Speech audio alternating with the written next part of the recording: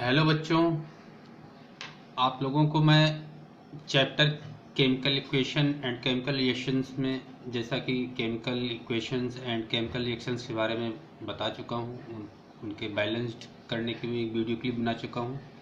अगला टॉपिक हमारा है कि केमिकल रिएक्शंस का मेटल पर क्या इफेक्ट पड़ता है, उसको देख लीजिए। उसमें पहला है हमारा क्या, कोरोजन।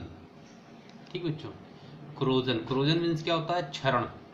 ठीक, अब देखिए इसको, when a metal is exposed to a certain environment it may get deteriorated due to its reaction with the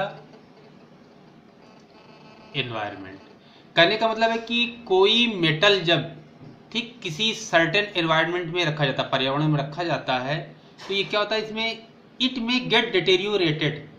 ठीक, एक प्रकार डिटेरियोरेटेड मतलब एक प्रकार का क्षरण कर लीजिए या एक डीके कर लीजिए, मेटल में होने लगता है इसमें ड्यू टू रिएक्शन। रिएक्शन किसके साथ, एनवायरमेंट के साथ, जो हमारा पर्यावरण है उसके साथ जो है रिएक्शन करके मेटल में एक डीके होने लगता है, क्षरण होने लगता है। एंड इट्स सरफेस में बिकम रफ, और इसकी सरफेस जो होती, सतह जो होती मेटल की, वो क्या हो जाती, रफ हो जाती है, खुरदरी हो जाती है। This phenomenon is called corrosion. इसी को हम लोग क्या कहते हैं, कोरोजन कहते हैं, क्षरण कहते हैं, ठीक, धातु का।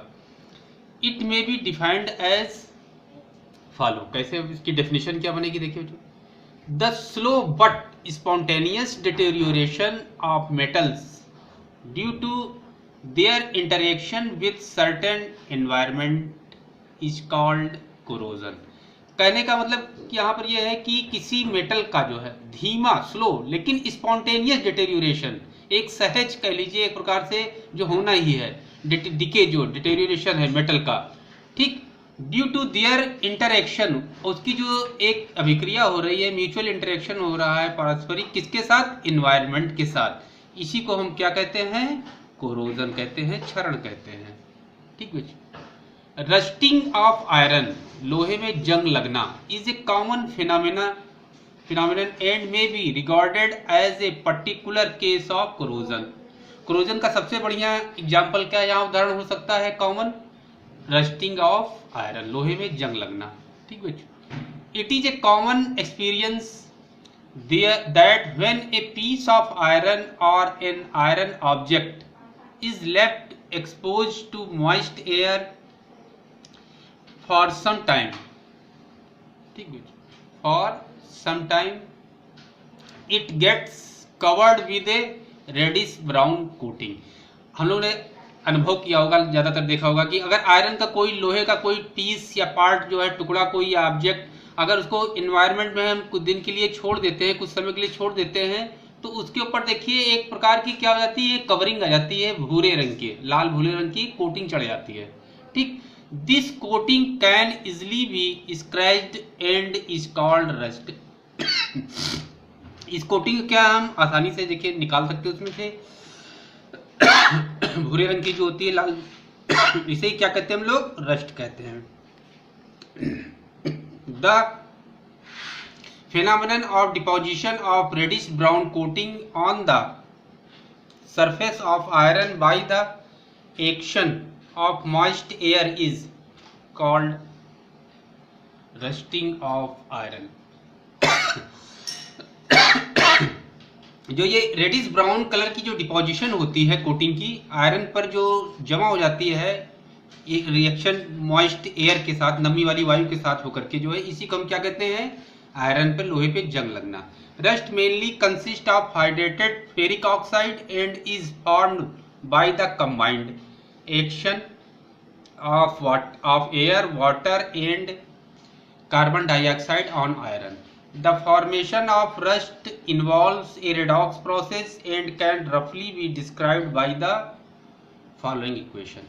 देखिए, जो हमारी मेनली जो हाइड्रेटेड फेरिक ऑक्साइड, जो जिसको हम लोग रस्ट कहते हैं, जंग कहते हैं, ये किससे बनती है हमारे पर, जैसे मेटल, उसकी रिएक्शन किसकी होती है, कंबाइंड होकर के एयर, एयर में क्या होगा आपका, वाटर होगा मॉइस्ट, और क्या होगा आपका, कार्बन डाइऑक्साइड भी होगा। ठीक, इससे रिएक्शन होकर के बनती है।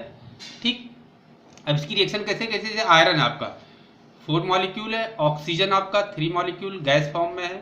ठीक, और ये आपका वाटर के 2 मॉलिक्यूल, एक्स है, आप कुछ भी ले सकते हैं वैल्यू 1 2 3, ठीक। वाटर है फ्रॉम एयर में जो मॉइस्ट में होता है, मॉइस्ट फॉर्म में होता है, नमी, ठीक, हवा में। ये दोनों मिलकर क्या बनाते हैं, ठीक, हाइड्रेटेड फेरिक ऑक्साइड, ठीक, 2Fe2O3 into XH2O solid form में होता है, जिसे हम लोग क्या कहते हैं, ये रस्ट होता है, ये जंग का फार्मूला होता है, ठीक। In this reaction iron undergoes oxidation because add oxygen whereas oxygen undergoes reduction, ठीक।